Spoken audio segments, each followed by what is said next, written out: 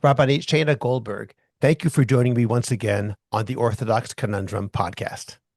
That's a pleasure to be back here with you. Before beginning, I'd like to know in what ways and why you are involved in the area of advising young people about dating in particular and decision making in general. You're not a dating coach, you're not a therapist, Shayna. You are a very well known and well respected teacher. How does that relate to your experience in this area? So happy that you're starting with that and putting that on the table right from the front because it is absolutely true that I have no formal training in this area. As you said, I'm not a therapist or a social worker or a coach or anything like that, and I would never claim otherwise. But for the last 24 years, I have been teaching young women, first in high school settings in America, and then for the past 15 years in Israel, in Migdal Uz. And I really feel blessed to be in ongoing relationships with a very large number of them, which means that there's been countless conversations about dating because this is the time of, life. This is the stage that they're up to. And also from that, I ended up speaking not only to women, but also to men who are in these dating years. And I found that just through the experience of hearing from many, many young people and not so, young people, all ages about their dating life and the things that are on their mind. So it's given me a lot of opportunity to think deeply about this topic and develop thoughts and approach to decision making in general and specifically in the area of dating and looking for a spouse. Okay, great. In that case, Shayna, let's dive right in. I'm going to open up with a big question. What do you recommend that people do in order to build a truly solid and deep connection while dating without forcing it into an early intensity that isn't appropriate for the beginning stages of dating? I actually think it's interesting that we often use that verb build, right? You said, how could you build a solid, or good relationship? So it's interesting that we often use that word build when we're talking about developing a relationship.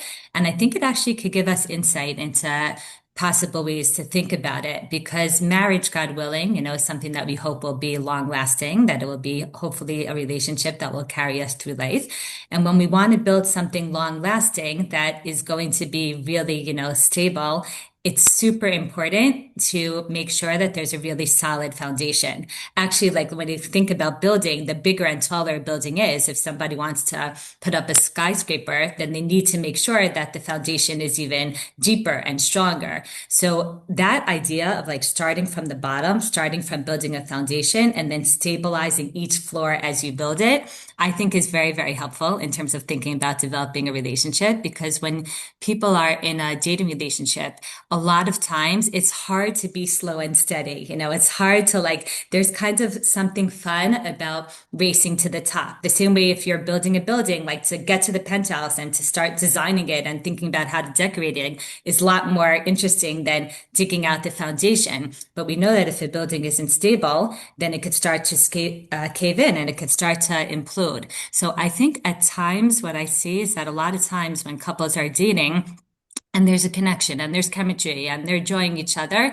Sometimes what happens is that those emotions and that excitement lead them to want to act as if they're already at a certain stage, like they're already in a certain kind of connection that they're not. So they'll start introducing the person to their friends or spending Shabbat together right away or things like that. Whereas then it's like, if you think about the image of the building, when they step back, they realize after some time, like, hey, we're like already, on floor 15, but like, I don't know anything about floor 3 or floor 4 or floor 7. Not that I have some kind of developed, every stage what's supposed to happen there. But I do think that that often happens that people turn around and they realize that they got to a really intense place without really having a deep understanding of the other person. And sometimes then there's that like freak out moment of like, who am I with? I don't really know this person. And that could happen in dating. That could happen when you're engaged. That could happen in marriage. So I guess what I want to say is that there's no shortcuts to building like a really deep, solid relationship. And a big part of the question is, when do you want to put in the hard work? Do you want to do it when you're dating? Do you want to do it only after you're married? But I think people who are thinking about how to make sure that there's something really solid here, they're taking the time to give something room, to like really get to know each other before they start parading around as if they're a couple, even though they're not totally there yet. So that's really like one of the first things that comes to my mind. And if I could just throw in one other thing, I think that also part of developing a really solid and strong connection is making sure that we have that balance of like what I would call the heart and the head. On the one hand, like our emotions are super important. We don't want a couple to only be thinking with their head about, okay, whether everything matches up on paper, but meanwhile, they're not feeling the attraction or the excitement that we want them to feel. On the other hand, when there's strong chemistry and there's attraction, sometimes that could get in the way of acting responsibly or making good decisions or thinking through what's actually going to be best for us in life. So I think it's really important. And that's part of also like making sure that we're doing something in a slow and steady way where we're having that mix of our heart and our head that is guiding us. That metaphor of the building and being on the 15th floor before you've built a solid foundation is very important. And I want to get back to that in a few minutes to find out what happens when someone is there and now they haven't had that foundation. But before we get there, I want to do this linearly.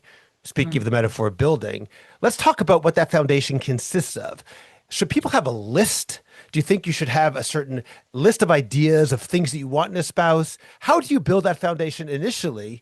And what belongs there, what doesn't belong there? I guess I'm throwing a lot into this question, but I'm trying to understand what that foundation consists of. Okay. Well, first of all, in terms of a list, I would say generally when someone starts to date, I think it's really important to have at least a general sense of what you're looking for, like some kinds of rough big picture so that you have some direction. And what I would call that is like some sense of your core values, some sense of like some non-negotiable things that it's like that I know that the person is a kind person, that they have good midot, that there's certain hashkafic or religious things that are really, important to me. And I'm talking again about on a very general level, because it's really normal that when someone starts to date, and I see this all the time when I'm speaking to people who are dating, that at the beginning, you don't really have a fine sense of like the very specific things that are maybe important to you.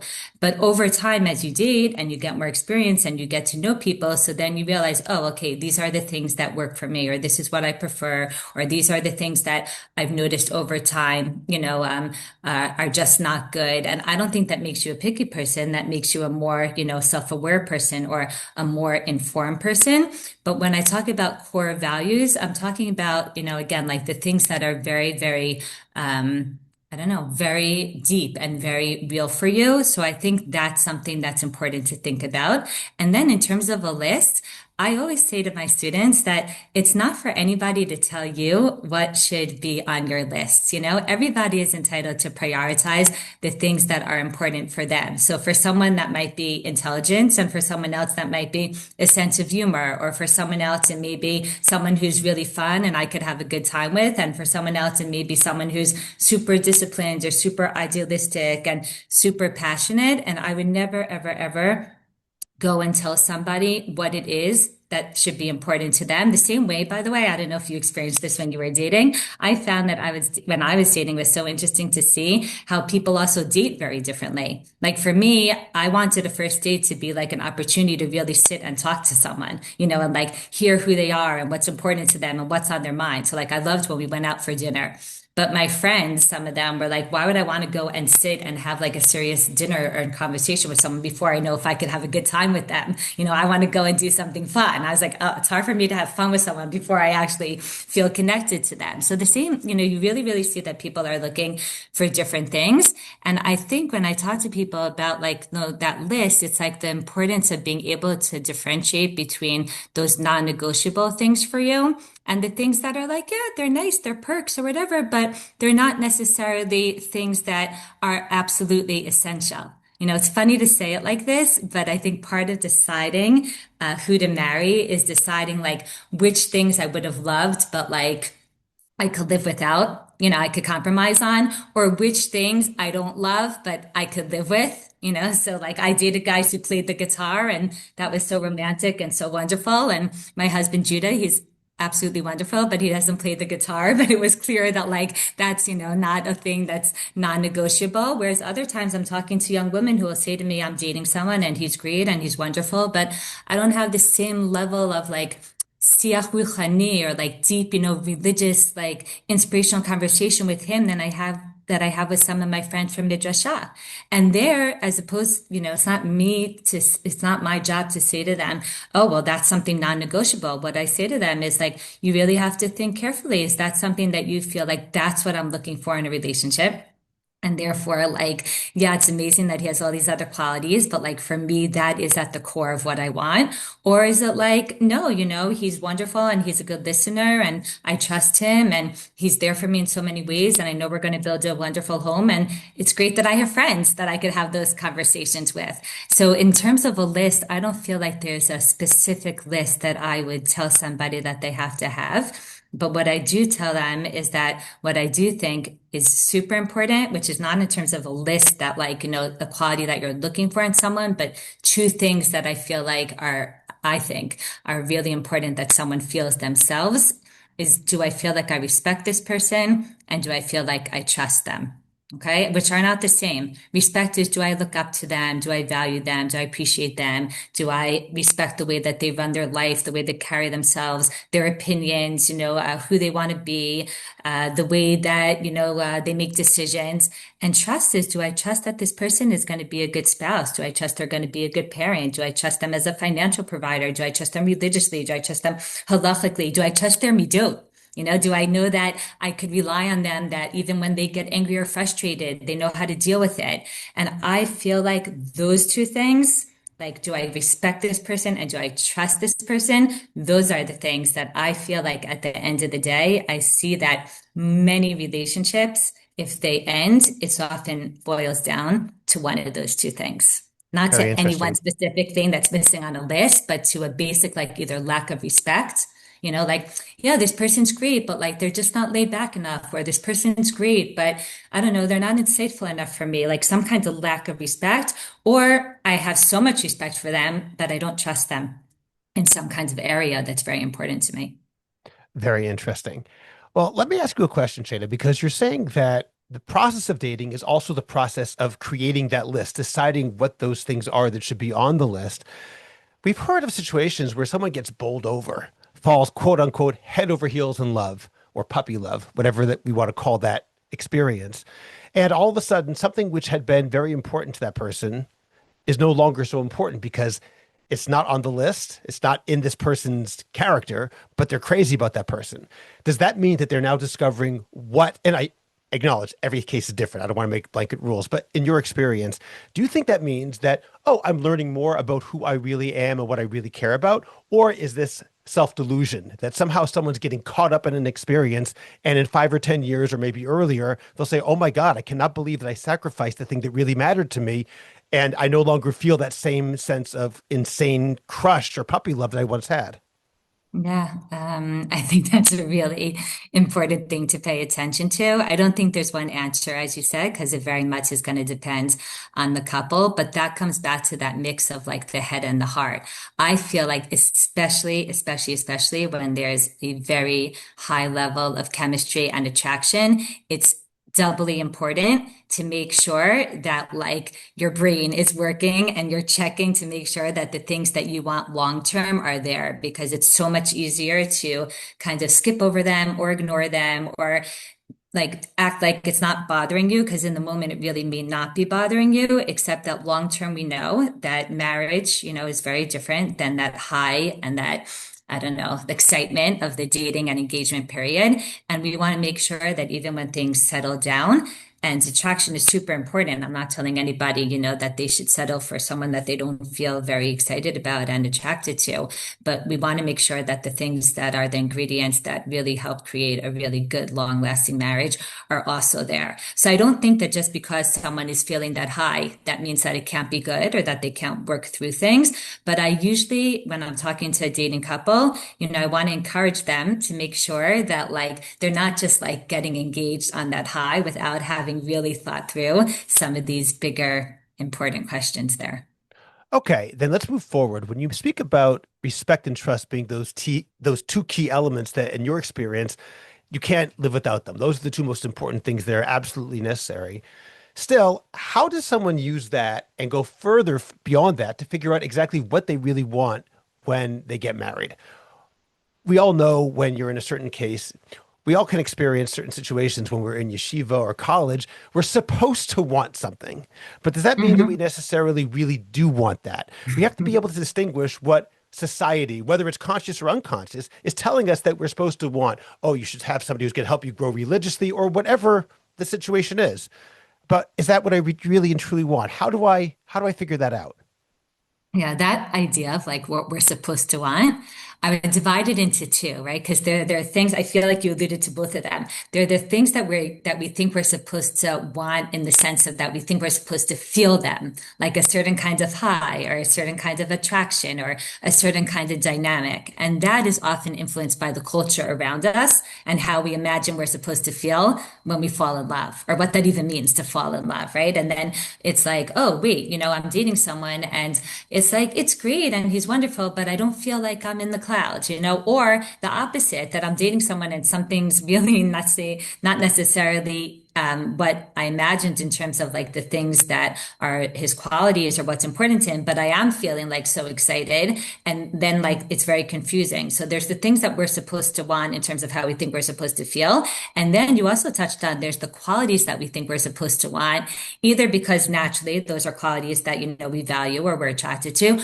or because we've been influenced by the opinions of our parents, our teachers, our rebbeim, our mentors, people who told us that like, no, that's really, really, really important. Like you need someone who feels this way or values that, or okay, the way that I think about this is that I think it's okay to admit that naturally we have things that we're attracted to, whether it's in the area of looks or whether it's in, when it comes to qualities. Like we could be self-aware and we could be honest and we could say, hey, I'm attracted to redheads. Or a guy could say, oh, I like brunettes with light eyes. Or somebody could say, wow, I'm really attracted to that loud, assertive, in the middle of the crowd type. Or I'm attracted to that sweet and sensitive and soft type, someone spontaneous, someone who's serious. We could know what we're attracted to and be aware of that. But the question is, what happens after that?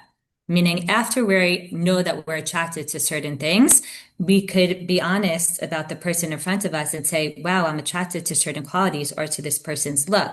But is that necessarily going to be the thing that's going to be good for me for life? Because as you said, like attraction's a feeling that's really, really nice, but it's not a direct indicator of where things are going to end up. We see that all the time, that I think, just because somebody feels an initial excitement doesn't necessarily mean that that bodes well, long term. Of course, marriage needs like an element of chemistry and attraction, but I don't think it has to be that same type of like instant natural attraction that most people are thinking about when they think about what's going to make a good relationship. There's a kind of deeper attraction that develops as you get to know someone, where you have to be open to giving it a little bit more of an opportunity to see if that will come. That often is a better indicator of like, is this really gonna last long? So I think that, when I'm talking to somebody in an early stage of a relationship where things are going great and there's really good conversation and wonderful midod and they're enjoying their time together, but then they say something to me like,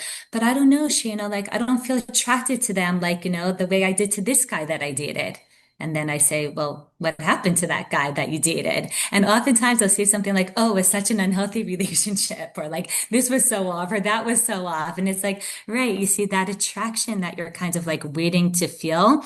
It doesn't necessarily mean that that takes you to a good place. Whereas what you're describing now, and that's building, I'm not telling you to be a mivater and to give up on getting to a good place, but see, like maybe something's gonna kind of like blow open as time goes on, even if it wasn't there initially. And I think that's something that in the world that we live in, that, that balance between what we feel automatically we're supposed to want because that's what the culture tells us, or that's what our Rebbe told us, or that's what our mother, ingrained in us, versus like what we actually are connecting to in a deeper way is something that we all have to navigate and balance. It's not Well, simple at all. well, what about in that situation when a person's head is not in the clouds and everything is right except for they don't feel that in the clouds feeling. They're even attracted to the person, but they don't feel that head over heels sense that they might have felt with somebody else. Is that a red flag or is that something that can be ignored or somewhere in the middle? It very much depends on the couple, but I will tell you that there's many, many times that I speak to people on the verge of marriage, men and women, by the way, who say something to me like, I don't know, I'm really, really happy and everything's great. I'm on the verge of engagement, but they'll say, I don't know, I just don't know if I'm in love with them. And when I say to them, what do you mean? What does that mean? So they'll often say, I don't even know. I don't even know what that means. Like, I just don't know if I'm feeling the high that I'm supposed to feel. Now, I don't ignore that because I'm not going to say, oh, yeah, that's fine or whatever. But I do try to tease out with them. What is it that they're referring to? Is it some kind of like something they've seen on the screen? Because here, Scott, I see this a lot that like in this area of life, we don't really have models. We're not really on the inside of anyone else's dating relationship. And even our parents' marriage that we see, we don't see it, kind of from the perspective of like somebody who's in it and is going through it. So we're very influenced in this area by what we've seen on TV and what we've seen like on movies of terms of what we're supposed to feel like in terms of falling in love. And obviously, there's something very glorified there, and there's always the music in the background, and and then it's real life, and a person has a lot of great qualities, but also things that bother us or whatever. So sometimes it's like that feeling. And I say everything else when you see a family on TV, you're like, oh, I have a family. I know that that's not exactly how families always work. Or when you see High School Musical, you're like, I went to high school. We weren't singing in the halls. Like we have that frame of reference. But when it comes to falling in love, so to speak, sometimes it's that. And like when we could have an open conversation about, is it that? So sometimes people realize, sometimes it's that they're looking at their friends and their friends are like, they're like, but my friend is engaged and she's flying, or my friend's engaged and he just seems so happy. And a lot of times, because I work in a world of a lot of couples that, know each other, a lot of bogod and migdalos, a lot of times I know the person that they're talking about. And you're like, oh, that's their model. Like if only they knew what that couple was dealing with. And it makes you realize how we all only see a sliver of somebody else's relationship. So sometimes the person themselves doesn't realize that while they're having all these doubts, their friend is looking at them and thinking like, oh, she's flying, because she doesn't realize that the image that she's giving off doesn't exactly match up to her internal experience. So for sure, in an age of social media where everyone could easily post a picture on their status or on Instagram, and it looks like everybody else is just like sailing and, through life and having no issues. I think a lot of times when I say to someone, what do you mean that you're not sure that you're in love with him? So they'll be like, I don't know. I just don't feel like I feel like my friend does. And then it's kind of, I don't know, bringing them back to reality. And yet, sometimes you really discover that no, even though they really trust them and even though they really respect them, they just don't feel good when they're with them. And that's, I think, an additional question besides trust and respect is, do you feel good about yourself? Do you feel good and happy and calm and at ease when you're with this person?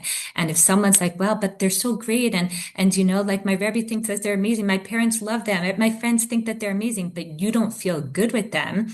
So that's that point of like attraction or connection to the person that when Shabbat Brachot ends and you go home and you close the door, it doesn't really matter what your mentors or your teachers or your siblings or your parents feel or your friends. You have to feel good about them. So I think that point is obviously super important, but that's different than the high of the attraction that a lot of times people think that they're supposed to feel.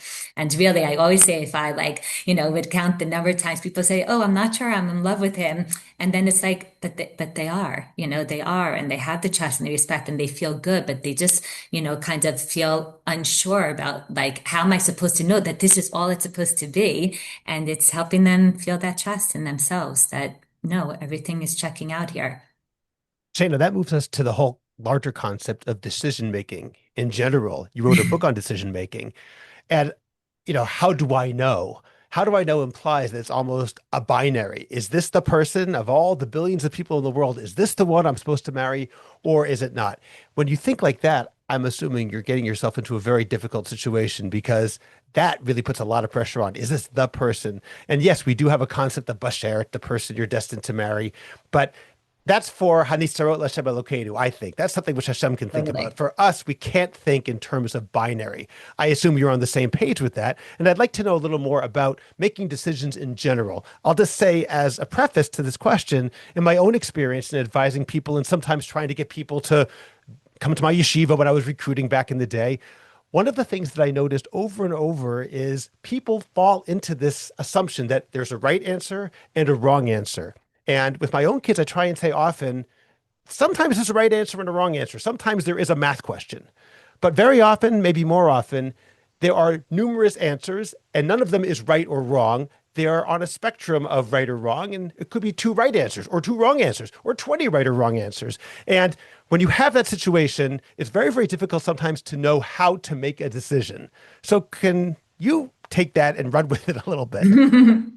Okay, yeah, there's several aspects that you just touched on. So I want to start with the right and the wrong thing because in the book that I wrote about decision making, one of the things that I focused on there is that the hardest decisions in life are typically not between right and wrong. Because if they were, it would be obvious to us or to many people around us that like there's a good decision here and there's a bad decision here. And like, why would you even consider the bad or the wrong option? Typically, when we struggle as humans to make decisions, it's because we're struggling between two decisions that are good for us in different ways, right? Like, oh, there's this person who like meets this need or has this quality and whatever, but then they don't have that one. And maybe someone else would have that one, but they wouldn't have something that this person has. I mean, there's different good options here. And in dating, that's especially true. So I think when it comes to dating, part of the reason why sometimes people want to think about it as if there's like a right and the wrong, because then it's like, oh, okay, I chose the right person. And now like, check, now I'm set to go. I found my bashert. And I think it's so debilitating, the bashert concept. Okay, we don't understand, as you said, and like, do I believe that there's some kind of an idea of somebody that, maybe is out there that could be ideal for you? I don't know, exactly what that means or whatever. But in terms of our day-to-day life as humans, the reason I think that the Bashir concept could be debilitating is because that assumption that there's a right person could literally lead someone to feel like paralyzed. How am I supposed to decide? Maybe this person isn't right, or this person seems like 99%, but that's missing. Maybe there's someone out there that is 100%. And then it leads people to have trouble making a decision.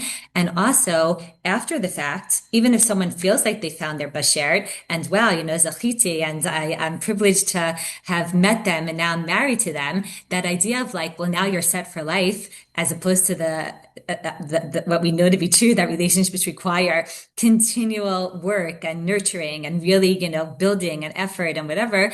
Somebody may be deluded to think that that isn't relevant to them now that they found their bashert. So I like to stay away from that. And in terms of like what are guiding principles in decision making that I think could be helpful. So basically everything that I write about in the book in terms of different principles and concepts that are important and underlying and guiding when it comes to decision making are relevant to dating and engagement. But I want to focus in right now specifically on two that I think are particularly relevant. One is about the general idea that I often come back to, which is that are your decisions being motivated from a place of trust, which is what I call a deep feeling of like, this is what I really want, like really want, not in an impulsive way. That's why I call it really want, not in a like, oh, in the moment I want this, but like, no, this is what I really want on a deep level. Okay. Is that what's motivating the decision, or is your decision being motivated from fear? Now, you need a lot of self-awareness and a lot of attentiveness in order to understand what's being motivated from trust and what's being motivated from fear. Because in dating, I'm going to show you now that the fear could cut in both directions and it could be tricky to figure it out, right? Because someone could stay in a relationship, they could stay with someone because of fear. And at this point, if I'm speaking to a group and I say to them, tell me what fears can make someone stay in a relationship. So they always know all of them. They say, well, because maybe I've never been in anything this good and maybe this is the best I'm going to do, or maybe I'm getting older and the biological clock is ticking, or all my friends are married and I don't want to be the last one. Maybe I want to stay in it because I've invested so much time and energy already into this person that like, what, that's all going to be a waste, all this energy and investment and time. Like maybe I'm going to stay in it because thinking about breaking up is too scary. The pain of that, I don't want to deal with that pain. Or maybe sometimes I talk to someone who calls me up and they're like, oh, I have no idea. I don't know what I should do, whatever. And within 2 minutes, it sounds very clear to me that they don't like this person and I'm not sure why they want to continue. And when I say to them, I don't know, it sounds like you're not so happy. How come you want to stay in it? So they say, well, I don't know. I don't want to hurt them. They're so nice. And I'm like, 1 second, let me understand. So you don't want to break up with them because you don't want to hurt them. So you're going to marry them? They're like, no, I can't marry him. So I'm like, so you're going to continue dating him so that you don't hurt him? Like, wouldn't it hurt him more if you date him another month? And then they're like, oh my God, what am I thinking? But fear is so dominant. So sometimes we end up staying in relationships because of fear. And sometimes on the flip, we end up breaking up because of fear, right? Like we have a fear of like, well, this person's so great, but like, what's my mom going to think of him? It's not what she imagined, or this person's so wonderful, but it's not what I imagined. I thought I was going to end up with someone really, really different. Or this person's wonderful, but I don't know, maybe there's something better that's out there. Or this person's great, but maybe I'm supposed to feel more. Or this person is wonderful, but I'm afraid that what if it doesn't work out long term and then we're going to break up? And if we're going to break up in the future, so then maybe we should just break up right now, which is like such a circular way of thinking. So I really think that if someone could hone in on what's motivating their decision, is what's pushing them to stay in something or break up coming from fear, in which case I usually say, think twice about that. Because when we make decisions from fear, we often come back to regret it because we're like, oh, I didn't really want to do that. I was just afraid. Or is what motivating you trust? Okay. And then when it comes to trust, the second thing that I was going to say is that what I find to be really helpful is to stay focused always only on your next decision. What's my best next decision? A lot of times when people are dating, they're thinking, do I want to marry this person? Now, how are you supposed to know if you want to marry this person? You only went out with them once or twice, or it's only been a month. But if you say, wait, my next decision is only, do I want to go out again? Do I want to continue to get to know them? Do I have all the information that I need in order to walk away confident that this person is not for me? If not, maybe I need to do a little bit more research. I need to collect a little bit more information. Sometimes when we just take a deep breath and say, I don't need to think right now about do I want to marry them? All I need to think about is do I want to continue to get to know them? My mother used to call this principle date till you hate. And I think it's so great. Like, not hate, obviously, we're not talking about hate, but date until you're like, this person isn't for me. Which, by the way, sometimes in one date, I was like, great guy, not for me. I was not a person. And I still don't think that you always have to go on a second date. Sometimes you really know, like, this person just isn't for me. But many times I talk to young people who go out once or they go out twice and they're like, I don't know, there's a lot of good things that are, nice and that like I'm interested in, but there's some big question marks. I'm like, right, that's exactly why you would continue to date them. You're like, think of yourself as an investigative reporter. You're like collecting information. There's open files, right? I'm not sure about this. I still need to look more into that.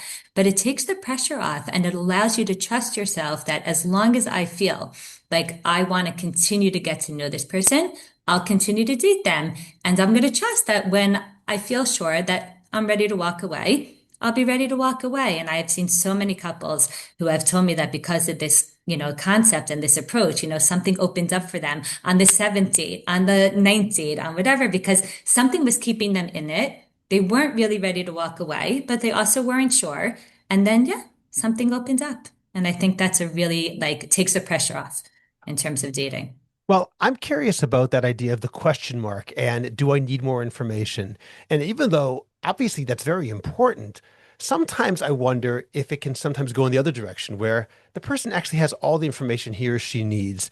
And the problem is that they sort of think that there's some sort of epiphany coming. And if I only find out one more thing, whatever that thing is, suddenly again, this is the binary thinking. I'll know if it's right or wrong. And they lose the forest for the trees by constantly getting more and more information or trying to think if I only could have one more day to figure this out. And that day never comes because they're constantly pushing it forward. How do you avoid that kind of thinking where, yes, I want more information, but that's actually a delaying mechanism rather than an actual way of making a real decision? It's a way of not making a decision, in fact. Sounds like you've been a parent to some dating children. Like, a lot of insight here. Yeah, absolutely. I think, it's usually one or the other. Sometimes you really need more information. And in talking to someone, from hearing from them, you could hear that it's like, well, maybe you haven't seen them in enough different contexts, or maybe you haven't had a certain conversation that you need to have. And it's like they're really missing information. But sometimes you're talking to someone, it's like, it sounds like you have all the information that you need. You've been with this person long enough. You know all the pluses, you know all the minuses, you know all the things that kind of like make you roll your eyes, and you know all the things that you love.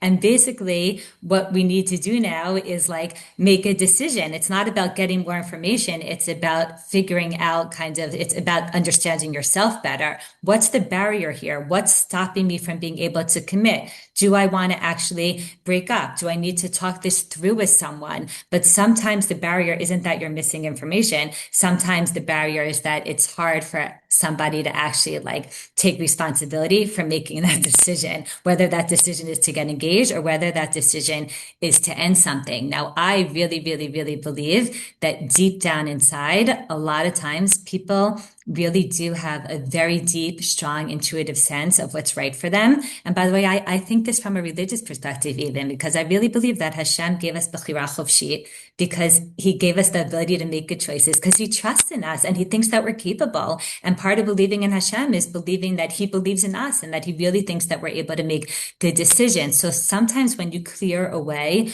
all the like confusion, and all the fears, I'll go back to the fears, then you are able to help somebody access what it is that they really want to do, even though there's going to be some consequences to that decision, right? If there's a breakup, there's going to be a lot of pain and there's going to have to be starting over or whatever. And if there's an engagement, there's going to have to be like swallowing some of the things that you like less about the person, but you want this package deal. And I'll just share with you like my favorite story ever when it comes to this, because it's like just something that makes me smile every time, which is that, you have oftentimes like confident, intelligent young people who are like very assertive and proactive in their lives and they're very good at making decisions. And then all of a sudden, when it comes to this decision, it's like they become paralyzed. And first of all, it makes sense. I always tell them, of course, because this decision isn't like anything else. It's like a life decision and it's not something that we want to get wrong.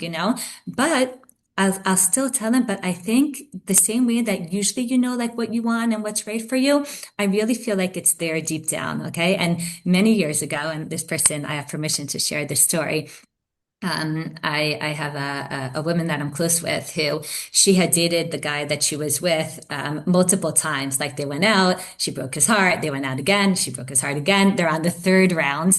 And at that time, she finally called and she was like, listen, like, this is it. I know everything I need to know. I know all the things that are great. I know all the things that are, maybe not perfect or what I imagined. And I need to decide. So I said to her, so tell me, how are you going to do that? So she said, well, I gave myself a deadline. A week from now, I'm going to call you and either I'm going to be engaged or it's going to be over. And if it's over, it's over. Like that's it. There's not going to be a fourth round. So I was so curious. This is before I wrote about decision making, but it was always a topic that I thought a lot about. And indeed, she called. I didn't think she'd call in a week, but she called in a week and she's like, Mazal tov, I'm engaged. And I was really happy because he's a great guy and they're a wonderful couple. And they're, thank God, really doing amazing things in this world. And I said to her, tell me, how did you decide? And she said to me, and I promise you, I'm not exaggerating at all. She said to me, I flipped a coin. So I said, I don't believe you. Get out of here. I don't believe you. She's like, no, I really did. I flipped a coin. And then she said, I just had to flip it a few times until it landed on what I wanted. Ah, that's great. Now, I love that story Fantastic. because you understand that she got to like the last moment of the week of the deadline. And in her head, she still thought, I have no idea what I want. I have no idea. Ad kadei kach, right? That she had to take out a coin. But then when she flipped it and it landed on tails, break up, she's like, no, no, no, 3 out of 5. And then she realized, hey, I do know what I want. And I believe in that. Like, I really think that deep down, when people could cut through the fears, they know what they want. We're just afraid. And that's okay. Sometimes we're also afraid to break up, and that's okay. But I do think I try to empower people that they do know what they want. Sometimes it's hard to get there. Sometimes you need a therapist help to get there, but it's there. That's a great story. I really, really like that. That's very, very impressive. Let Yeah. me ask you, Shayna, because you're teaching in a midrasha and you come from a very specific religious perspective. I'm curious what you would tell someone who has a question about the possibility of getting together with somebody whom she really likes, but is perhaps not as religiously committed as she wanted originally, but everything else is in place. And I don't, obviously, every case is different. It's not as though there is a one line answer for everything. But in general, how do we deal, we teachers, parents, advisors, others, with religious gaps, differences in religion between the two, particularly as religious Jews? This is the most important thing in our lives. So how do we deal with that when everything seems right, but it's not religiously exactly what we might have wanted for them? Totally. This question comes up all the time, all the time. I would say two things, okay? Two things that I find myself discussing with couples. One is this idea of core values that I a little bit touched on before.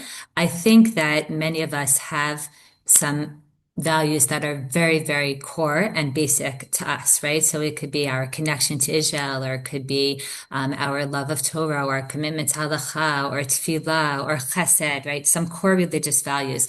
And sometimes it is important to pay attention and to try to put your finger on is the difference between us, a difference around the fact that like there's a core value of mine that the other person literally just doesn't have, doesn't share. Okay. In which case, I think that that is concerning. Like you really have to like think about, wow, this is something really, really, really core to me. And the other person just doesn't have this value. And then, you have to think about, is this workable? Or do we have a shared core value, but the way that we express it is different? So, meaning we both really value davening, for example, but I daven 3 times a day in a minyan, and this other person maybe, okay, they daven and it's very important for them, but maybe it's not as formalized, or maybe whatever. And then you have to think, wait, I thought my core value was tefillah, but maybe my core value is minyan 3 times a day. And you have to think, like, because sometimes the expression of a value could become somebody else's value. So you have to see. But sometimes when you do that, you realize, like, hey, actually, I thought this person doesn't care about Torah, but like, no, maybe they're just not into Gemara, but they love learning Chassidut, or they love learning Tanakh. And it's not that they don't care about Torah. Or wait, I was worried that this person doesn't do chesed, but they just don't do chesed in the ways that I do it, which is volunteering for very specific organizations. But they're always the first one to be there for a friend, or they're always the first one to invite someone in. And you realize, like, oh, we do have shared core values, but the expressions of them are different. So it's much harder when you feel like there's an actual value, right? Like maybe someone has a value to make aliyah. And like that's their value. And the other person says, no, but I also have a value. I care a lot about Israel. I just, the way that I express my connection to Israel isn't through aliyah. So like maybe the difference is just in the expressions of our connection, our support for Israel. But the first person says, no, but my value isn't just a connection to Israel. I actually value aliyah. And therefore I have a value that you don't have, as opposed to two people are able to say, no, we have a shared core value and we express it differently, but we could work with that. So it's much easier to work with something when I think there's a common, denominator. But even when there's a real gap and there's really a shared value that like maybe the other person doesn't have, I do think the question of expectations is also important, because I'm familiar with several couples who have quite significant religious gaps between them, meaning one of them, let's say, is religious and one of them is no longer religious, or like very extreme examples like that. And there, even though it's hard for me to imagine myself ever wanting to be in a relationship like that, because this couple were very honest with each other about their expectations, and they know the deal, and they know, the kinds of things that they're going to have to navigate through their whole life. And given that, they still decided that they want this anyway. I think when expectations are in check, then a couple can decide, yeah, this is going to be, a lifetime of hard work around this specific gap, but we understand that and we expect that and we're up for that and we're okay with that. And then even when there's a significant challenge, maybe a couple could work with it, but only if they're being very, very honest about their expectations and they're not thinking that somebody's going to change or that somehow this gap is going to close, but they're ready to kind of like navigate a marriage with that gap very much present. And that relates, Shayna, directly to something which I learned back in freshman psychology in college. I remember this one particular idea. I don't remember the context in which it came up, but I remember the textbook said people think that opposites attract, and it's just not true. Very often, opposite expressions of the same core idea can attract, Exactly. but true opposites don't attract. True opposites doesn't Exactly. really work. Yeah, a lot of times we need to have some kinds of core foundation that we feel, centered around, and then everybody could go off and express it in their own way. Now, you're talking about decision making, and I'm thinking about that story about flipping the coin, and well, it came out 3 out of 5. So that raises the question of when someone needs outside help in terms of making the decision. Maybe it's a coin, or maybe it's a mentor or a therapist or a coach. So is there a time that you would suggest that a couple go to a dating coach? Is there something specifically that would indicate you need extra help? Or when can they decide we have to figure this out for ourselves? No one can tell us what to do. I don't think anyone could ever tell you what to do. That's the first thing. And I want to be very clear about that. The decision to marry someone is often, as I said, the biggest life decision that a couple is going to make. So it makes sense sometimes when a couple is ambivalent or they're struggling or they're not sure about something, it makes sense that sometimes a couple or an individual wants to turn to people that they trust and respect who might have more experience in this area, who could like add perspective. And I think that that could be very helpful, meaning it's very reassuring when a couple is struggling with someone to go to someone who has seen a lot of relationships, who could say, A, what you're experiencing is normal. A lot of couples experience this. Do you guys, want to deal with this? Are you okay with this? Here are some tips. Maybe you could try this out, because it kind of widens the frame. And A, like, gives them a little bit of reassurance that like what they're dealing with is something that's workable. And then they have to figure out, do they want to work with it? Are they up for that? But it definitely gives perspective. But this is not a decision that could be outsourced. I really feel very, very strongly about that. At the end of the day, only you are in the relationship and only you are going to have to live with this person and build a life with this person and make decisions with this person. And therefore, we can have a situation where it's like, oh, well, I wasn't sure, but my parent, said this is what I should do. Or I wasn't sure, but I went to this dating coach or I turned to my mentor and they were like, you have to own this decision and take responsibility for it. Why? Because only when you feel like you really made a decision does that give you the strength to be like, okay, I decided this. Now I'm going to have to like, work with this and I'm going to have to like power myself through the harder moments. When somebody else makes a decision, it's too easy to blame. Or it's too easy to just be like, oh, well, they told me. And I don't think that that's how marriages work. But developing trust in ourselves is like strengthening a muscle, So I went with before the muscle of building a building in terms of developing a relationship. But in terms of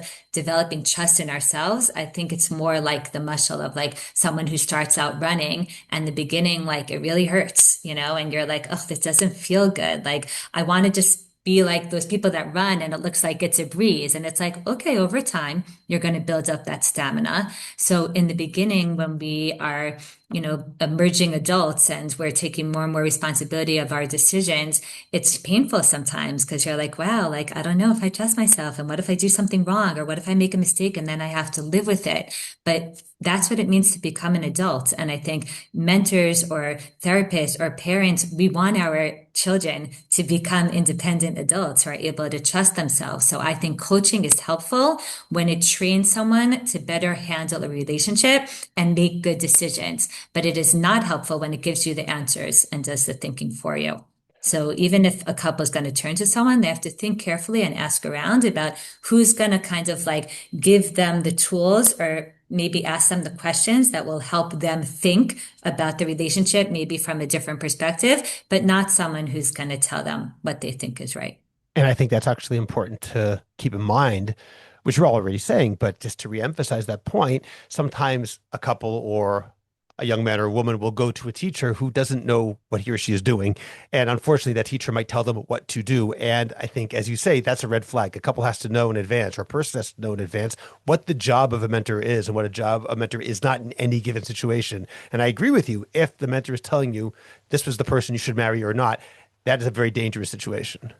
I totally agree. And it's very hard for me to understand anyone who's willing to kind of take that upon themselves. Not only in the sense of like, how do you know you're not in the relationship, but also in the sense of like, I don't think this is best for the couple. Like, even if you do think that I don't think you're doing them a service by telling them what's right for them here. Yeah. Well, parents often can make that mistake. And that leads us into the question of parents. And I'm sure parents listening right now want to give their children advice because they love them. They want to help them make the best decisions. And sometimes a parent will say, we just love that girl or boy. We want the person that you're dating. Oh, that would be perfect. And sometimes they're not that interested in the person that their child is dating. And one way or the other, parents often are caught in this place where they want to help guide their child. They want their child to do what is quote unquote right, at least right in the child in the parent's eyes. And it's hard to know what your role is as a parent in some of these situations. So could you, Shayna, tell us what is the role of a parent when a child is dating? And I'm going to divide this into two sections: when a child asks for help and when a child does not ask for help. Okay, that's really important. Okay, so first of all, let's start with like when a child asks for help, right? Like when a child comes and says like, Ima, but mom, dad, like I'm dating someone and I like them, but I'm not sure. And, how could we be helpful as parents? So I think the main job of parents, as I said earlier, is to help our children become self-confident, independent adults who could trust themselves. So if our child isn't sure about someone that they're dating and they don't know what to do, I think the first and most important thing is to just listen, to just let them talk. My husband once heard this mnemonic of it's called WAIT, which stands for why am I talking? I Like think he said that when I interviewed the two of you yeah, back a he few months really like ago. it because it's really true. Because sometimes you're like, 1 second, if I just stop talking and listen to them, a lot of times they'll just hear themselves. And like that's already the first, like really helpful thing. So I think just letting them talk and then your job as a parent is to listen closely. You could ask open-ended questions like, what are you enjoying, about this person? Or what's bothering you? Or what do you feel like you're confused about? And as you're listening, to pay close attention to the fears because sometimes you're going to hear them say very clearly that they really don't like this person and they want to break up, but they're just afraid to. And then you could be like, it sounds like you're not so happy, but you're afraid to end it. Is that something that, is resonating or whatever? And sometimes you're hearing them saying that there's actually a lot of good here. And maybe they do think that they want to move forward, but it's scary to move forward and it's scary to commit. And you could reflect that back to them through the language of trust and fear, which I find to be very, very helpful. So that's one thing that I think is a good tip. The second is the reassurance that we could provide as parents that it's okay not to know yet. To be able to say to our kid, like, it's okay, sweetie, it's okay. Like, you could continue to date. You could collect more information. Like, you like them, but you're not sure. So keep going out. You're not ready to end it yet, but you're also not ready to commit. Don't worry. Like, things don't stay stagnant. That's a fear that a lot of dating couples have that, like, what if they just get stuck in this forever? And as parents, we could say, I'm not worried that you're going to get stuck in this forever. Relationships are dynamic, they're fluid. Like either something will open up and you'll be like, wow, I'm so happy that I stayed in this. Like something just really came together. Or over time, you'll feel bored or less interested, or you'll be like, that's it, I'm done with this. But like to reassure them that it's okay that they don't know yet, because we live in a culture, and especially in our Jewish community, where there's a lot of times ideas about how long you're supposed to date for or how soon you're supposed to know. And sometimes basically your kid is saying, like, I think this is going well, but is it okay that I just don't know yet? And to reassure them and say, you take your time and, whatever time you need, as long as you feel like you still want to be there, Well, let me ask a question that's about that, important. Shayna, because that works well when both the young men and women who are going out feel that way. But sometimes it's the other way around, where one of the couple will say, I need a decision because I can't continue like this. And then a parent can't say, oh, just keep going because that other one will just break up then because they say, I need a decision now. What do you do in a case like that? But that just brings us back to what you said before about, like, is it a issue of collecting more information, or is it at a point where you have all the information and you just need to decide? Sometimes one person feels like they have all the information, but your kid is telling them, but I don't have all the information. So you have to say to them, listen, so you could go back to the person that you're dating and say, I know that, you're ready and you want this. I feel like I need more time. Like, if you can't give me that more time, then I don't know. Then I guess I'm going to have to walk away. But like, I think more time could be helpful. But sometimes it's an opportunity to kind of ask your child, like, okay, maybe you have all the information that you need, and you're just afraid to make a decision one way or the other. But I think it brings us back to a little bit what we discussed before. But sometimes it's because they're feeling pressured, and one person may have all the information, the other person may not. And to tell them, you're allowed to say, I need more time. And if the person can handle that, so then that might be an indicator also that they don't have the patience that, like your child needs, or they're not giving them the room that they need, or they're pressuring them. I've definitely seen situations like that where someone was being pressured and they had the opportunity to step back and realize, like, I don't like how they're pressuring me. Like, I need to come, and that in itself was important for them to realize.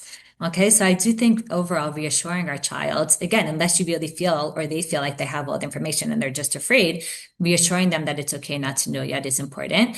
Another thing that I find like is helpful is that if they do decide to keep dating, I think telling them that it's okay to lean into the anxiety. What I mean by that is that your child is telling you, listen, this and this and this is good, but I'm nervous about this, or I'm anxious about that, or I'm not yet sure about that. To tell them, okay, you don't need to repress that or push that away. You're allowed to say, I'm continuing to date this person because there's so many good things and I don't want to walk away. But this specific thing I'm nervous about, and kind of like naming it and giving it room actually often deflates it, because and then instead of you being like, I'm anxious about this whole person, I don't know what I'm doing, it's like, no, actually you feel really good about, a lot of aspects here. There's one specific thing that you're not sure about, and that's what, you're continuing to check out. But it's like, yeah, like put it on the table.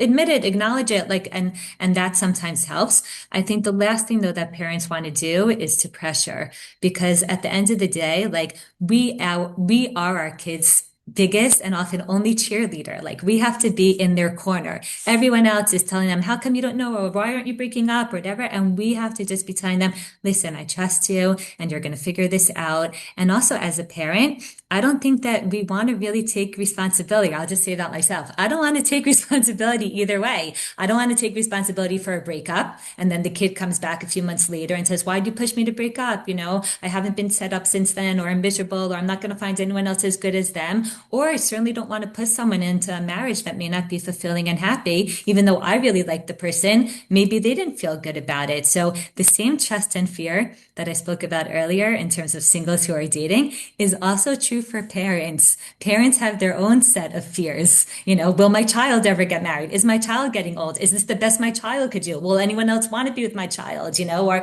is my child selling themselves short? Or my child could do better? Whatever it is that we have to deal with our own set of fears and be honest and introspective as much as our children do. Hmm. But what about Shayna, the case where your children are not asking you and you're just the parent watching? Is there anything you should do? Should you intervene, even if it's gently, or should you just let it go? And again, I know that there's no one answer. I'm asking as general guidelines. It really depends on your connection with the child, right? You have to think long term, like what am I looking for here? Because if you don't think your child is going to listen to you, then it may do more harm than good. And then you may lose any kind of like influence or any kind of ability to, I don't know, be part of their lives or for them to turn to you in the future. If you think that maybe there is something important that they're missing, that you think that maybe they're ignoring or something like that. So then I think that you could, share something with them in a general kind of way of like, oh, I've noticed this and this and this. How do you feel about that? Not in like, I think that this is bad for you, but I've noticed that there's a gap between you religiously or whatever. Is that something that bothers you, or that's something, meaning our job is not to, it's not to micromanage their relationship, like, but it is to support them. It is to help them kind of like, kind of navigate. So I think that raising questions and then really listening, because sometimes we actually just haven't given them the opportunity to explain something, or maybe we're the ones that aren't seeing something, or maybe they haven't shared with us. Maybe they'll say to you, Dad, I know that this is an issue. What, you think that I don't know that this is an issue? But like we've discussed it and I'm okay with it. Or I want the whole package, but like I'm okay with this, this specific thing. And that gets into like a broader question of like, sometimes our children make decisions that we just don't love, that are disappointing for us or that are concerning for us. And I think when we think about that, and I'll just say, first of all, I don't have any married children. So I have dating children, but not married children. So I can't speak, as someone who says, oh, well, I have this issue with a daughter-in-law or son-in-law. So I know that, I'm not speaking from the inside. So someone could say, oh, so it's easy for her to speak. She doesn't have that actual situation. But many, many times I have been called by parents of previous students of mine who are concerned about the person that their child is dating, and the child has not asked for their opinion and they're not sure what to do.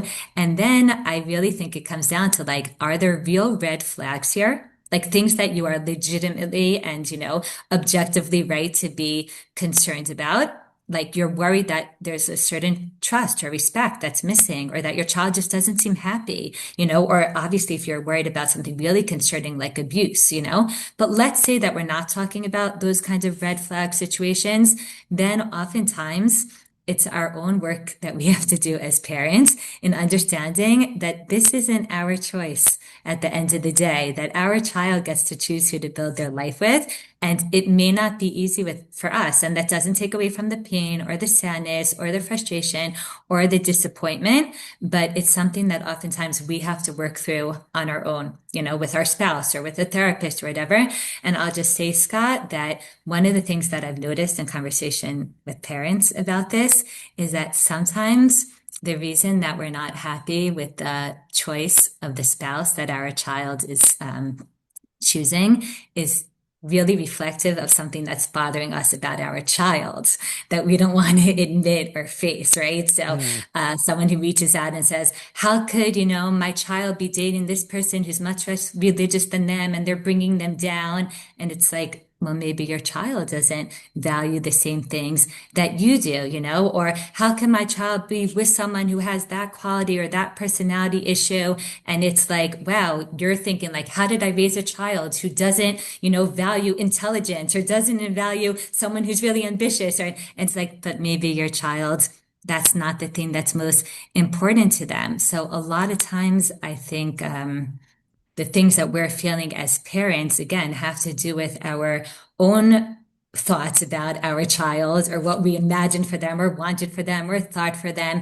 And it's not really necessarily only about red flags or what's best for them. And for this, I'll just say that something that I find to be helpful here is that sometimes when I say to parents, can I ask you something? Like, what did your parents think about your spouse? Did they love every single thing about them? Oftentimes the answer is like, oh no, I know that my parent doesn't like this thing about them, or that they imagined I'd bring home something different or whatever. And it's like, right, of course, but you knew why you chose your spouse, right? And you had perspective about what was right for you that maybe was different than your parents. I think that allows us to channel some more empathy towards our children when we put ourselves back in that position. We realize that as well-meaning as parents are, and as much insight as they have, and as much as, of course, we want them to, voice, like, raise questions in some gentle kind of way, I think that it allows us to return the focus to the child. Okay, and just one last little thing is that over the years, I've also seen some parents very nervous about the person that their child was dating, not because they saw something that made them nervous, but because they were affected in like some passing conversation by some remark that someone made to them. Oh, oh, your daughter's dating that guy. Oh, I remember he was such a shovav, such a crazy kid when he was little. Or like, oh, your son's with that girl. Oh, I taught her, in third grade. And like, she wasn't the top of the class, but she was really, and then these things get stuck in our head, literally lashon hara. Like literally lashon hara, that is so damaging. And here it's like the teacher taught this girl in third grade, but now you can't stop thinking about what if she's not smart enough for my son? And I think we also have to be so careful about that. Make your own judgment, have your own opinion. Don't let the little comments that people say to you, off the bat like that without thinking, unfortunately, really affect the way that you're going to think about your future son or daughter-in-law. Shayna, let me throw something out too, based on what you're saying right now, the things that you see in your future daughter or son-in-law. And something in talking to people that I often find, I'm curious if you agree with this, is that parents have a tendency to think they see something in that future or potential future spouse that their child doesn't see, a red flag, which is the kind of thing that an objective observer would say, if you see it, your kid definitely sees it too. It's not like you have some secret insight into something. Now, I'm not speaking about abuse. I'm talking about normal personality differences or religious differences, or I don't think he's a nice person, or whatever it is that might worry a parent. And ultimately, I think sometimes they have to say, look, if I see it, my kid surely sees this too. Again, I don't know exactly how you draw the line between a red flag where you have to tell them, I think this is a problem, versus it's a personality quirk which somehow affects me in a way, and somehow I see something which my kid doesn't see, which is very, very unlikely, if that makes sense. I agree with you. Unless you feel like your kid is totally, in the clouds because they're so taken and so attracted that they're missing things. But again, like with time and with space, it's hard to imagine that they don't see it. But yeah, you'll be surprised how often people call up and say someone's, dating someone and I'm worried maybe they don't see this or maybe they don't. And it's like they're spending way more time with them than you do. Like maybe that doesn't bother them in the same way, and they're like, okay, or maybe they're just not like thinking clearly. So I do think there's a middle ground between like not saying anything and saying, I'm really like nervous about this thing. I think you could say like, oh, I've noticed, like you could gently say like, oh, I've noticed that you guys have very different personalities or that you guys have different approaches when it comes to that. Like, is that something, that, like, or how does that affect you? Or do you feel like you're always navigating that? Or like, again, depending on the relationship with your child, sometimes there's a way to say it a little bit more like as an objective outside observer, as opposed to making it clear that you think this is an issue. You could say it in a way that's like, oh, I noticed something, where the child's like, wait, are they trying to tell me something or never? But you haven't actually voiced an opinion. You're just seeing if it's something that they've also noticed and thought about. I think that, done in the right way, that could probably be okay, depending on the connection that you have to your kid. Okay, now let me take that to the next step. Let's say a parent is disappointed. Let's say a parent really is not happy with the person that that parent's child is now going to marry. How do parents confront that fact that their child's decisions regarding a life partner is concerning or disappointing or not what I, the parent, wanted for my kid? Again, I'm not speaking about abuse, chas v'shalom. I'm not speaking about red flags. I'm just saying this is not what I envisioned for my child. Before you said very often, it's not what I thought of my child becoming. But often I wonder if it's sometimes not what I think about myself as the parent of this child and what Of it says course. about me. Yeah, So what does it say about me that my child ended up with someone like that, And then it's like that's what I said. A lot of those issues come back to our own work that we have to do with ourselves. I keep telling my husband we need to save up energy because you think, oh, you get all your kids to the age of 18 and then it's like no, the hard stuff only seems to happen later. Like I see what my friends with married kids are navigating and how they learn how to keep their mouth shut or when to speak up or when like it's not simple, but a lot of times these questions are questions of like, listen, this is what it is right now. This is your new daughter-in-law, your new son-in-law, How often do you want them to come for Shabbos? If your son feels like you're not embracing his wife, if she doesn't feel welcome in your house, if she feels judged, if your new son-in-law doesn't feel comfortable, so then there's another whole family that they could go to, or they have their own apartment now. So it's oftentimes our own work. And again, I'm not saying that it's easy. And again, I know that I'm not there yet. So once you're the person who's in it, I know that like on just like that gut wrenching, like physical level, it's much harder. And still, I think that it's often our own work, take yourself to a good therapist who could help you process it through and say, what is this sitting on? Like, why is it bothering you so much that your son ended up with someone like that? A lot of times it's our own stuff that we have to work through. And I do think a lot of times if we go for some kind of real help like that, it does make a difference. So if it's like something that's really bothering you and getting in the way, I would do something about it because it's real. It's often sitting on something.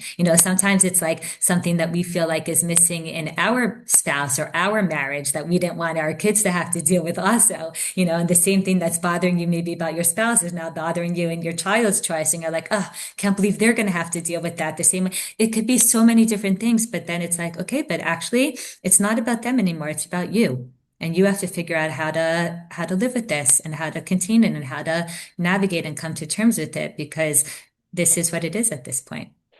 you mentioned before the importance of trust and respect as the twin watchwords that a couple should have. Perhaps as well, the parents of a child have to have trust and respect of their child. That child knows more about him or herself than you do, even though we know almost everything, they know more. And because of that, I would think that when a child marries somebody that we might not have thought was the right person for them, ultimately we have to have that trust and respect for our child and say, I certainly hope they know what they're doing, but I trust that they have gone into this decision. I respect my child. And maybe that can, I don't know, but I wonder if that would help build in yourself the ability to have that good relationship with a future spouse of your child that you may not have liked at first. Yeah, but sadly, not all parents trust and respect their children.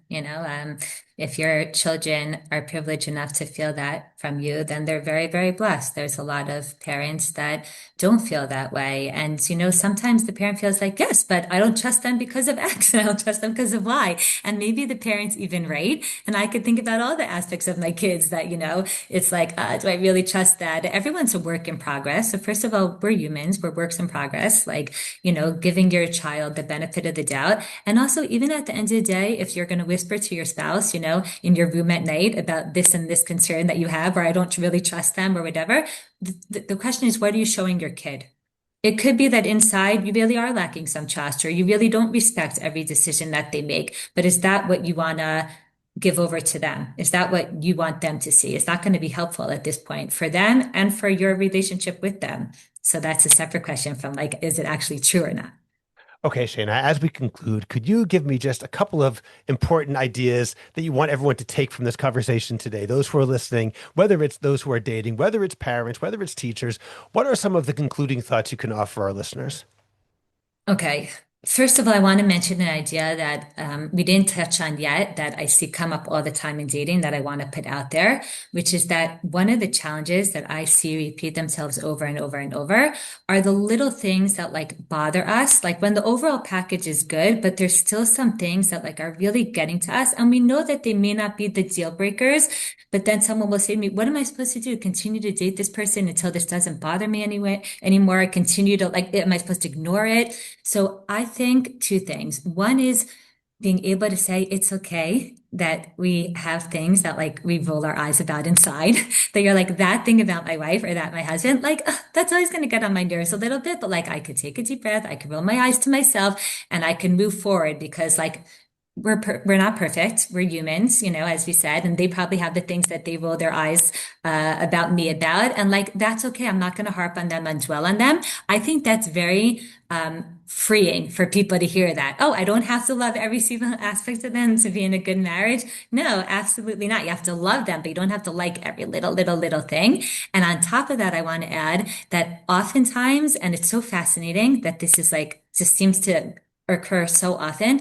Oftentimes, I find that the things that most bother people are actually like an extension of the thing that they most love about them. Okay. So like, let's say someone's really attracted to the fact that somebody's like assertive and dynamic and charismatic. And then they're like, oh, but sometimes he's too loud or he's too self-centered. And it's like, I think that like kind of all goes together, or somebody's so fun and relaxed and spontaneous, but then they're late or they're messy, or I always say about my husband that like I was looking for somebody who was like very halachic and that I could completely trust and that I would know that like he's on top of every single situation. But sometimes it feels like it's a little uptight or it's a little bit obsessive. And he's like, you wanted this. And I say, not this, like maybe you could stop at 8. Why do you have to go to 10? But it's like we don't get to choose the volume on some of these qualities. But sometimes when you take a step back and you realize, oh, whoa, hold on.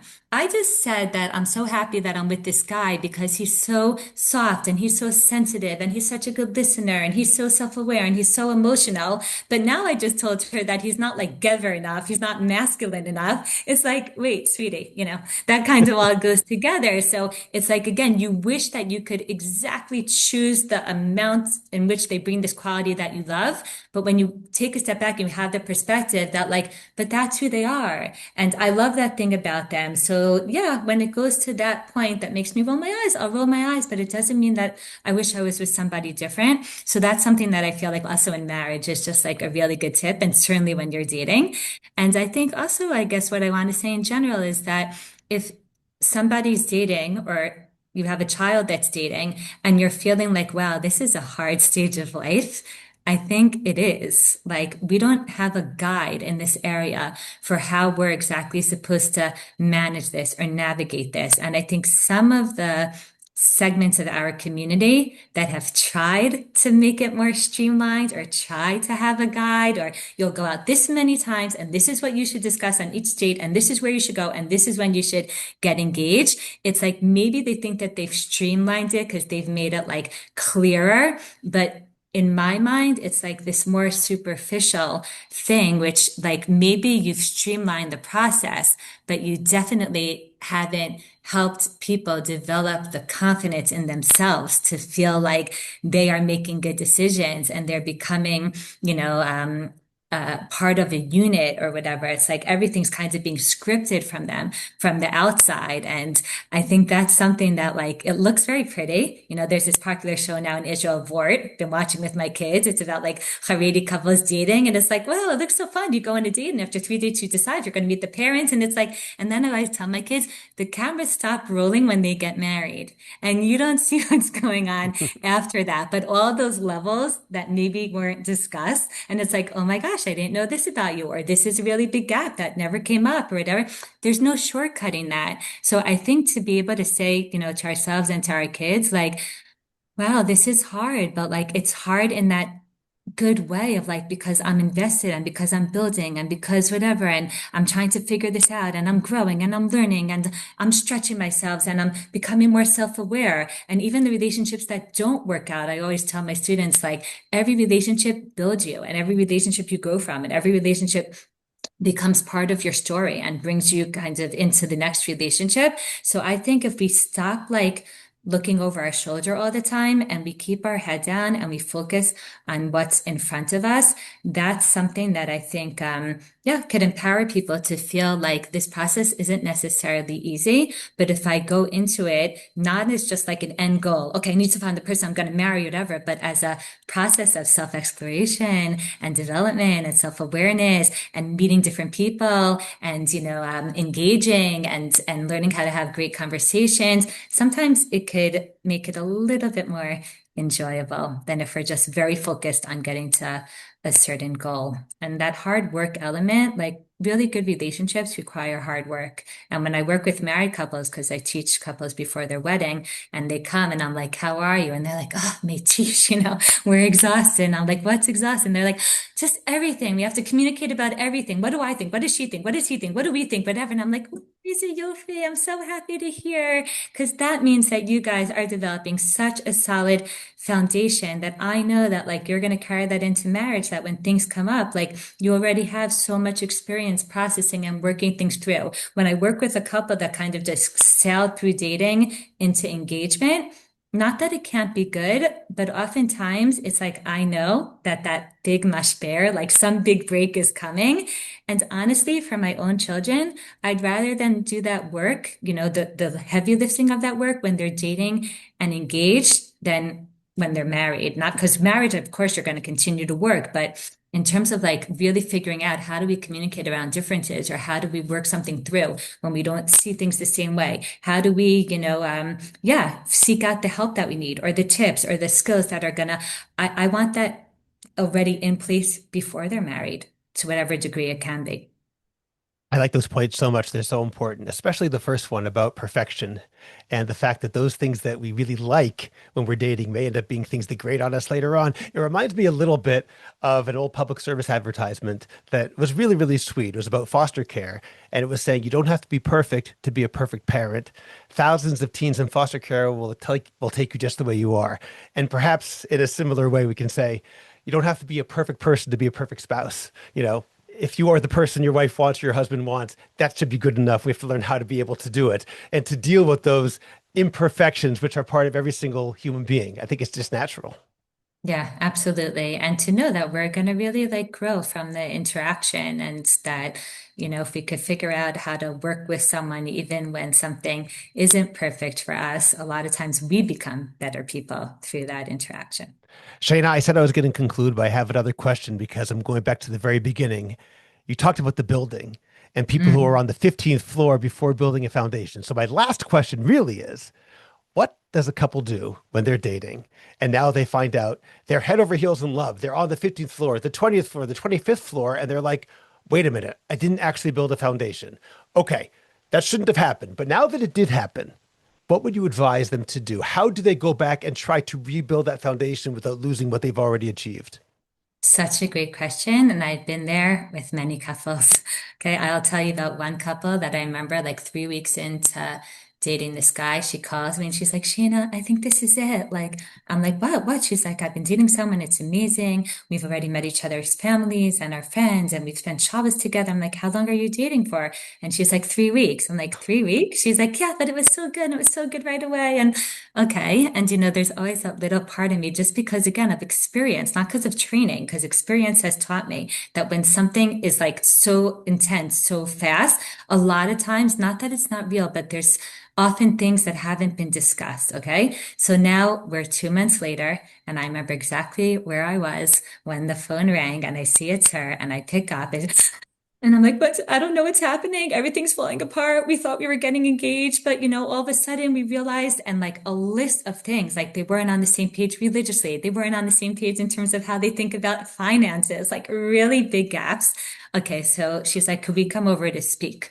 Now, many times in these situations, when you're sitting before a couple like this, there's one of two things that's going to happen. Either the fall is so painful itself, like they were in such a like floaty, happy place that just the fall is too much for them to bear, and they can't recover from it. It's like the landing is very hard, and it doesn't feel good to be back in this place. And now, like, they were like kind of like flowing through things easily, and now it's going to require a lot of effort and hard work, and they're not used to doing that, and the muscles haven't been developed, and like the relationship can't sustain it, and it falls apart. Whereas if they would have built it, like each floor at a time, there was a lot of potential here. So I'm sad that in a lot of situations that's what happens, and that's why I try to tell couples like, "Wow, it's going well. That's amazing." But like, like maybe just take a deep breath, or like, think about your pacing or whatever.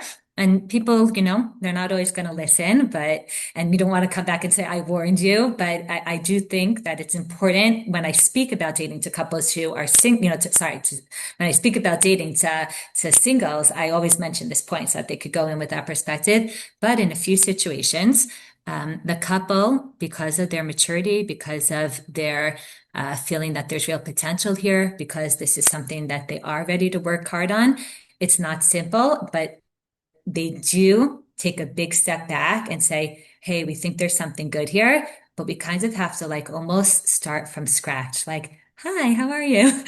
Who are you? And then like really, really talk about the issues that have come up that are between them. And a lot of times they are able to navigate, especially if they turn to people, who could give them perspective and guidance. But it's not a fun process, because it's like, again, they went from that high to like something that's much more real and takes much more effort. I do think it's doable, but it's not what I would advise. I think it's better to go, slow and steady. But if it happens and the couple thinks that there's a lot here, I try to tell them, maybe you don't want to walk away from this so quickly. Like, I think you could get back there, but you're going to have to get back there from a much more like thorough place. A little bit I could compare it to, sometimes there's kids that come to Israel for the year, and they flip out and they get really excited about Judaism, and they go like all in really, really, really fast. And then they burn out because it was like too intense, right? Or it like happened too quickly. And now all of a sudden they take a big step back from religion or from the relationship with Hashem. And then you kind of want to say to them, sometimes they can't recover from that. But you want to say to them, listen, it could be that the issue here isn't religion or isn't God. It's kind of the way you went about it. And if you take a step back and start again, from like a slower, more paced way, you could get to a really solid, stable place in terms of your connection to Judaism and Hashem. But it's not going to feel as, wonderful and rainbows and butterflies as it did the first time. But I could guarantee you that it's going to feel much more solid, much more stable. It's going to sustain you in the long term, in a much stronger way. But somebody has to be willing to do that, to set out on that journey. Okay, Shayna, it's always so interesting and important and meaningful speaking with you. This was very, very insightful, and I certainly learned a lot. I'm sure everybody listening learned a lot. And I want to thank you for joining me. I appreciate it. Thank you again for having me.